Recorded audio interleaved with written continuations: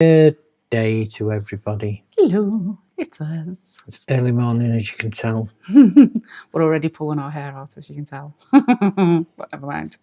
So this video is about Baldur. Despite our best efforts, both in person and in the description on the website, people can't get their heads around the difference in the latest batch of Baldur. So we're doing a video. It's no different to any other flavour process we've ever done. Every time we make it, there's always a slight difference. But Baldur seems to have the biggest difference. yeah, because it's the dry mead. So and we use the wildflower honey as well. So there is a big difference. So we are going to do a tasting and an explanation, and this will go up on our YouTube so that you can see it, view it at any time. So we have, now you'll have to take our word that this one is Baldur, because I mean, the dust will tell you how long it's been in the office for. So, and the sediment at the bottom. Hopefully you can see that. So this was, this is the mead that won the gold medal in Poznan. This is the actual batch. It's in this bottle because we were looking at getting this style of bottle for doing like the limited editions, the age mead and that sort of thing, with the nice glass top and everything. But unfortunately, the bottle, they stopped manufacturing the bottle, so that's why it's a different shape. Really nice bottle. Yeah, stunning bottle, but We've never got mind. a glass stopper with it and everything. I know, but best laid plans on that. Yep. So this is what it's like being a small business owner. Best laid plans and all that. So the one downside to this though is I can't use my teeth if I'm at home. Yeah. I don't use my teeth for public consumption, but so this is the gold medal winner. So this is the one that won the 2019 gold medal. It will have been made either when in 19 it was in November, so either early 2019 or late 2018 it would have been actually made. Because it's not in our bottle, we haven't got the batch number underneath like we do. Okay. Because it was an experiment and to see what it looked like with mead in it. Yeah, that was it. This is the batch that is 2022.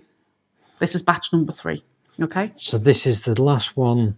So this was the last one that we have been out, that we had and then was out of stock for. We were out of stock of it for 2 years. Yep. So this is, and you can tell I've opened it. And it's got a lovely bit of and you can see the bloom on it. So this is one of the last bottles where there was a little, I can't quite see it now that I'm on camera. I could see it before. There's a little thing in the glass. So it wasn't quite airtight, hence why it's still cloudy. Little crack chip somewhere. And it's so minute that it does enough to allow air in, but you really got to look for it. I found it before, but I should have stuck a sticker next to it. And also, you can see it's the old labels. Yeah. So air getting in. This might taste like vinegar. We don't know yet. You might want to be on camera when you're talking. I was. So, and we're doing this live, so you can see us pouring it. And like you say, we've not tasted it yet because we don't know if it's vinegaarized, and we're going to get a shock. But you can see how tight the cork fits. But somewhere there's like I say, it's still cloudy. And then this is our latest. Is the latest batch. This is the 2025. I couldn't remember if we made this in 24 or 25. So this is the 25 batch with the new label on. Okay, what are we going to? I was going to open it just in case. Oh yeah, probably a good idea. Yeah, because this is actually a taster bottle that we use for people who come in to taste in the meadery. So hence why I can't shove it in my gob and pull the stopper out. There we go. So obviously we've poured a set each for each of us. So just to prove There's the batch label. Batch number 3, set off in 22. Can't quite see back to front what that is. February 22. Oh. You found it? It's somewhere here in that corner because it's gotten wet when I tipped it up then. Yeah. Because I've got liquid on my hands. So I knew it was somewhere. And then this is batch number 4 in 25. Is that 03? Can't read it. Yeah, 09, sorry. September 25. Okay. So, and obviously, like I say, with the first one, you have to take our word for it. So, the gold medal winning. The batch that we had before we sold out 2 years ago, and the current batch. So as you can see, no 3 are the same.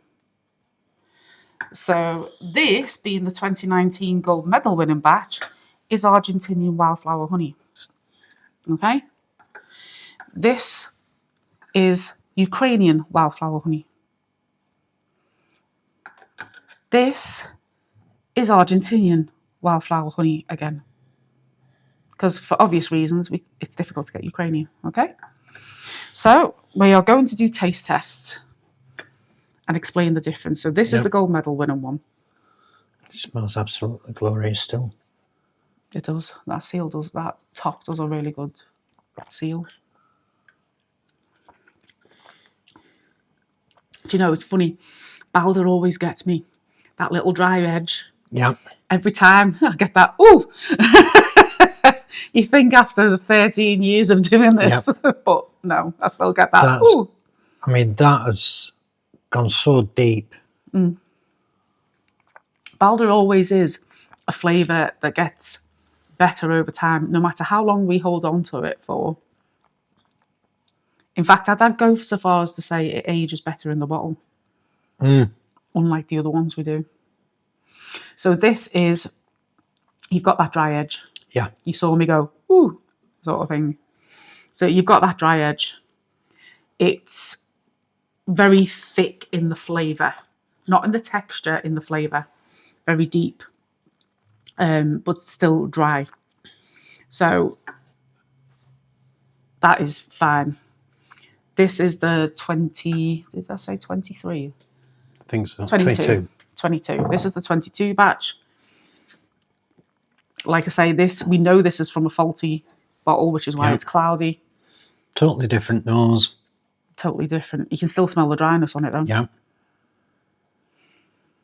This is going to be slightly lighter. You can still smell. I think it's that wildflower, wild ferment. To be honest, apart from the thickness, they smell quite similar. Yeah. Because you can smell the thickness in that. But it is 3 years older, at least.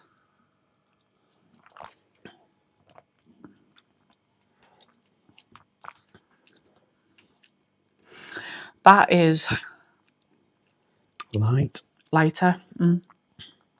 That is lighter. It's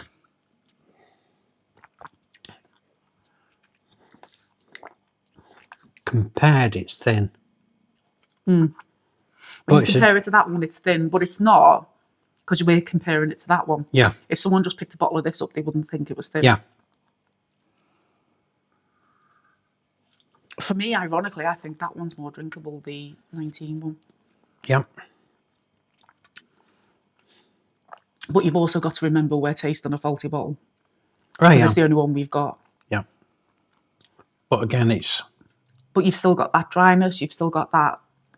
It's not as complex as the 19 one, I don't think. But it's nowhere near as complex. Yeah, it's a different honey, and obviously, looking at the colour of that, it was an early season one, because wildflower, that's the lightest wildflower it'll get. Yeah. Whereas this, we're back to Argentina, and it's end of season honey. So this is the current batch, the 2025 batch.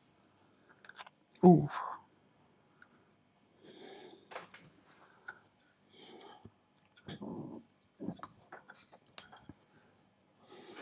That smells most like the 19 one. Yep. Welcome to the world of mead judging as well, by the way. You're sniffing things and what have you. Yeah. Don't usually compare like this because it's different meads, but yeah. So to me, you can smell the similarity because it's Argentinian honey. Yep. So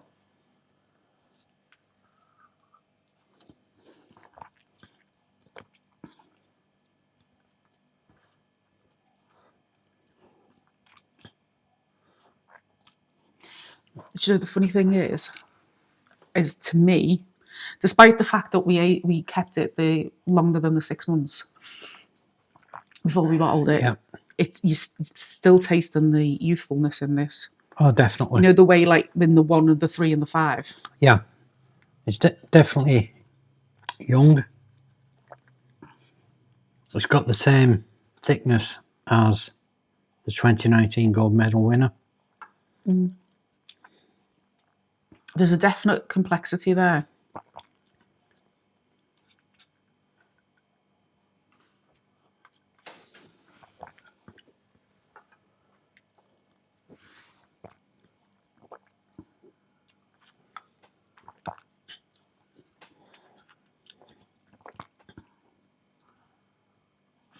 Now, this is the one that most people know because we did a 1,000-litre batch of this, so it lasted a while, because Baldur's a slower seller because it's dry. Yeah. It appeals specifically to that market. So this is a slower sell. This is, you know, lasted a longer time. But to me, there's more flavour to this, even though it's young. There's a lot more flavour, and to me, it sits in between the two. Yeah. So if you hold your glasses up to show what you mean. So it sits between 2019. So that's the gold medal, 2019. That's the current 25. That's the 22. So in flavour profile, that's the lightest, that's the medium, and that's the more complex that you're saying, in your opinion. Yeah. It's got the complexity of the 19. It's got the lightness of the 22. And it's got the texture of the 19. It's weird. It really is weird how it's... But it's within Baldur. Because it's a medal-winning product, we have to be very careful that it's not too dissimilar to the one that won the medal. Otherwise, we can't put the medal on it. Yep. I hope that makes sense. So if we made it, which we did, we made the Baldur, which turned out to be we ended up turning into the sour because it wasn't right within the profile for Baldur generally, but also certainly the profile for the gold medal. Yeah, it wasn't. Out. It was so far out. It was sweeter and sourer at the same time, which is why we added the vitamin C to make it the sour and what have you. So, you know, we did not put that one out as Baldur because it wasn't Baldur. Simple as. Yeah. For me, I don't get the accusation that it tastes like muddy water. No, I don't. That is, I'm trying to get... Because, you know, we'll be honest, we were honest about Baldur not working, which is what, and we turned it into the sour. We're honest about, you know, the things that go wrong, the amount of mopping we've done and filters that have exploded and all that sort of jazz. We're honest about what goes wrong. I mean, it's one of those, it's Argentinian wildflower, so we don't know what flowers are on it, what crops are in season. What I can say is it's not got any Himalayan balsam in it, which is a problem we have with English honeys. It could have a form of buckwheat in there, which is giving it a bit of a different flavour. Because if it's late season, you got the buckwheat through the summer as a summer crop.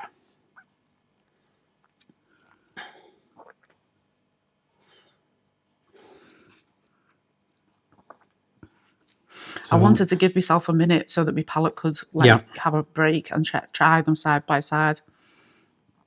I still don't. This one's heavier, more complex, which is what we try to It is, describe yeah. it in the description. But I don't get how you don't recognise that as Baldur. Yeah, I'm the same. Now, one of the things within me judging is when you get a pure buckwheat honey, it smells like a cow yard. Tastes like one too. Tastes like one, smells like one. So with that little bit in there, it's giving it a weird flavour, but it is within. It's weird to people who might not have had buckwheat. Yeah. It's also in the same way that the sharpness of Himalayan balsam, like in the urban, Yeah.